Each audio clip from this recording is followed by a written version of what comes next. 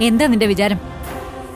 ഇതുവരെ പാർവതിയെ കല്യാണം കഴിച്ചു കൊടുക്കാന്ന് പറഞ്ഞ് നീ കൈലാഷ് നാശ കൊടുത്തില്ലേ?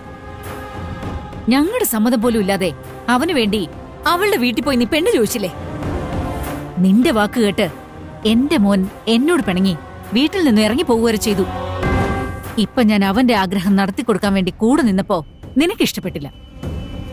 കൈലാഷ് വീണ്ടും എന്നോട് ചിരിച്ച് സംസാരിക്കുന്നത് കണ്ടപ്പോ നിനക്ക് സഹിക്കുന്നില്ല അല്ലേ? എന്താണ് സംഭവിക്കുന്നതെന്ന് മനസ്സിലാക്കാതെ ഓരോന്ന് പറയരുത്.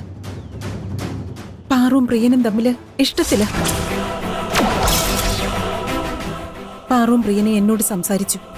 പാറുവിന് അവനെ മറക്കാൻ കഴിയില്ലെന്ന് വ്യക്തമായി എന്നോട് പറഞ്ഞു.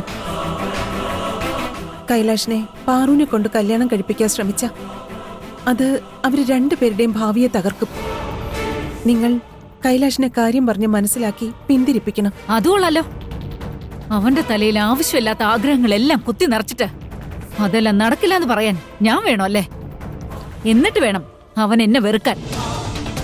നീ പറയുന്നത് അനുസരിച്ച് തുള്ളാൻ ഞാൻ നിന്റെ കളിപ്പാവയൊന്നുമല്ല. പാർവതിയുടെ ജീവിതം എനിക്കൊരു വിഷയമേ അല്ല. എനിക്ക് എന്റെ മകന്റെ ആഗ്രഹമാണ് വലുത്. അതിനുവേണ്ടി എന്തും ചെയ്യാൻ ഞാൻ തയ്യാറാ. ലക്ഷ്യം കാണാൻ ഞാൻ ഏതറ്റം വരെ പോകുന്ന നിനക്ക് നന്നായി അറിയാലോ.